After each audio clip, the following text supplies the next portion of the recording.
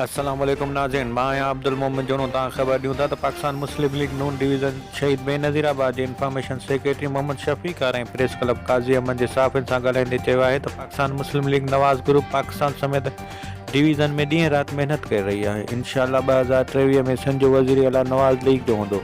हुन जो वधीक चवणु हो त नवाज़ शरीफ़ जे दौर में मोटरवे रोड ठाहिराया, रोज़गार लाइ कारखाना लॻाया विया, अस्पतालूं ठाहिराए सहूलियतूं मुयसरु कयूं वियूं, अमन अमान ऐं तइलीम खे बहितर कयो वियो हो। कश्मीर खां कराची ताईं नवाज़ लीग सरकार बेशुमार मनसूबा ॾिना। हुन जो वधीक छा चवणो, अचो त ॾिसो। अस्सलाम वालेकुम। सिंध में पाकिस्तान मुस्लिम लीग नून सिंध के सदर सैयद शाह मोहम्मद शाह की वलवला अंगेज़ क़यादत मां ऐं जदोजहद सां सिंध में मुस्लिम लीग नून मज़बूत ऐं मुनज़म थी रही आहे।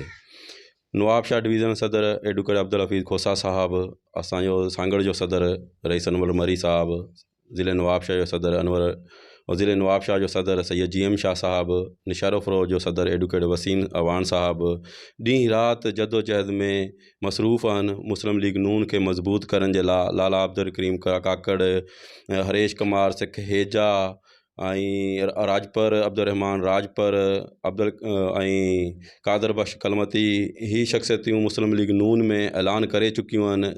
ॾींहुं ब ॾींहुं मुस्लिम लीग नून में जोक दर जोक माण्हू धड़ाधड़ अची रहिया आहिनि, शमूलियत इख्तियार करे रहिया आहिनि। इंशाअल्लाह उहो ॾींहुं परे न आहे कि सिंध में सैयद शाह मोहम्मद शाह जी क़यादत में वज़ीर आला मुस्लिम लीग नून जो जल्द अचण वारो आहे। ख़बरुनि ऐं अपडेट्स लाइ ॾिसंदा रहो असांजो वेब चैनल AMJ न्यूज़ काज़ी अहमद। फेसबुक ऐं यूट्यूब ते ॾिसण लाइ सर्च कयो मोमिन चूणो।